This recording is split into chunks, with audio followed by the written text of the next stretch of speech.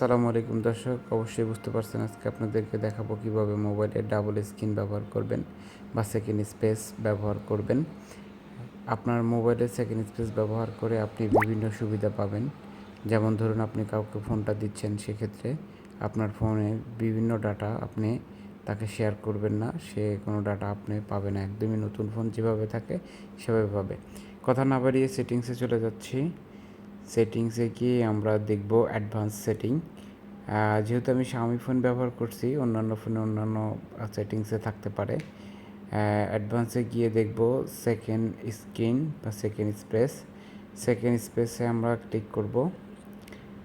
Second স্পেসে click করার সাথে সাথেই আমাদের ফোনটি চলে যাবে সেকেন্ড স্পেস ক্রিয়েটের জন্য নতুন অপশন। এখানে লেখা আসছে টার্ন অন সেকেন্ড স্পেস। আমরা টার্ন অন বাটনে ক্লিক করে দিব।